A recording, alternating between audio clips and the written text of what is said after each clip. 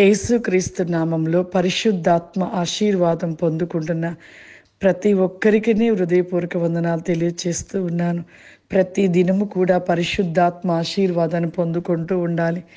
పరిశుద్ధాత్మ ఆశీర్వాదం పొందుకుంటూను బట్టి మన జీవితంలో ప్రతిరోజు కూడా ఎన్నో కార్యాలు జరిగించబడుతుంటే ఆశీర్వాదం మనకు ఉండాలి.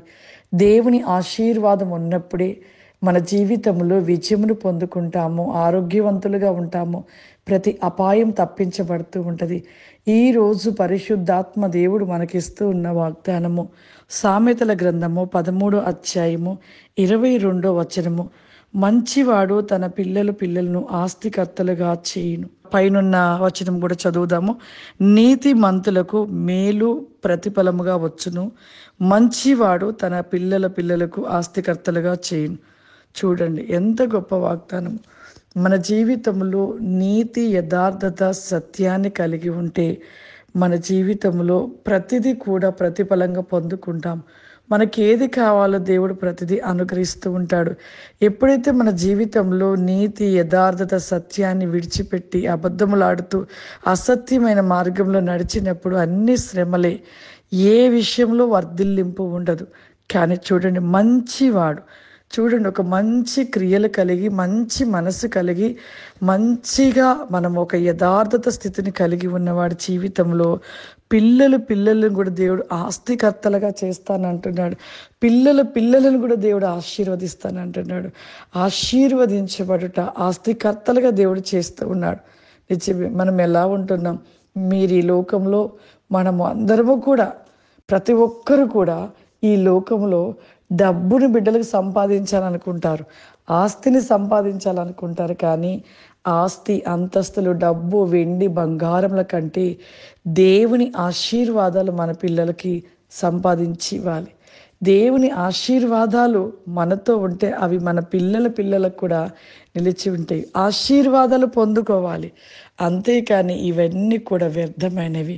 అందుకే మంచివాడు, మంచి మనసు, మంచి ఆలోచన, మంచి క్రియలను కలిగి, యథార్థతను కలిగిన వారి జీవితంలో ఎప్పుడూ సమృద్ధి, ఎప్పుడూ ఆశీర్వాదాలే.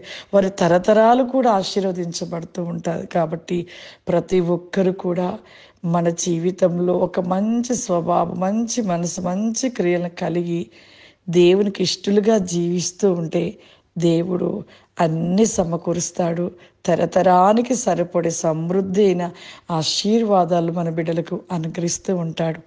ప్రార్థన చేసుకుందాం. సర్వశక్తివంతుడా, దయగల తండ్రి, నీకు వందనాలు చెల్లిస్తూ ఉన్నాను. పరిశుద్ధాత్మదేవా, ఈ యొక్క దినము ప్రతివేకముగా పరిశుద్ధాత్మ ఆశీర్వాదమును చూస్తూ ఆ యొక్క ఆశీర్వాదాన్ని పొందుకుంటున్న ప్రతి బిడ్డని మీరు జ్ఞాపకం చేసుకునండి. దేవానికి స్తోత్రములు చెల్లిస్తూ ఉన్నాను. పరిశుద్ధాత్ముడా, దేవా, నీతి మంతుడు, నీతి యథార్థత కలిగిన వాడు వర్ధిల్లింపబడుతూ ఉంటాడని సెలవిస్తున్నావు. మంచి వాణి యొక్క పిల్లలు తరతరాలు కూడా ఆశీర్వదించబడతారు, తరములకు ఆశీర్వాదం ఇస్తాను అంటున్నావు తండ్రి.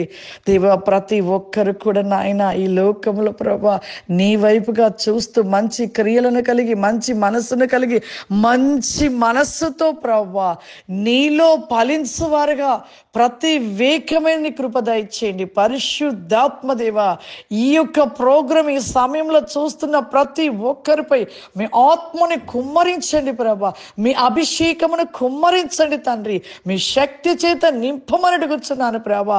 ఇప్పుడు యేసు నామములో ప్రతి బిడ్డ అభిషేకం చేత నింపబడునుగాక, దేవుని ఆత్మ చేత నింపబడునుగాక. వారి జీవిత వేగంలో అభివృద్ధిలో ప్రతి వేగము ప్రతి నీ కోసము జరుగునుగాక, సమృద్ధి అనుగ్రహించబడునుగాక. వేస్ నో బ్లైక్ ఎనీ గ్లోరాస్టి కమాందర. ఏ బిడ్డ ఏ వ్యాధి చేత బాధపడుతున్నారు ప్రభా, ఇప్పుడే వారిని ముట్టమని అడుగుతున్నానయ్యా. ఈ ప్రోగ్రామ్ చూస్తున్న వారిని ముట్టమని అడుగుతున్నాను ప్రభా, వారిని తాకమని అడుగుతున్నాను ప్రభా, వారికి ఇప్పుడే స్వస్థత దయచేయమని అడుగుతున్నాను ప్రభా, సంపూర్ణమైన ఆరోగ్యమును దయచేయమని అడుగుతున్నాను ప్రభా.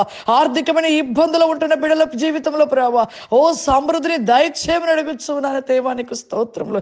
అడుగుతున్న ప్రతి కార్యమును వారి పట్ల జరిగించమని, నీలో ప్రతి నీ కృపాస్తి కమాంది రిస్టెల్ బికాసమైన కృపాశీర్వాదమును దయచేయమని యేసు క్రీస్తు నామమున నడుస్తున్నాను తండ్రి.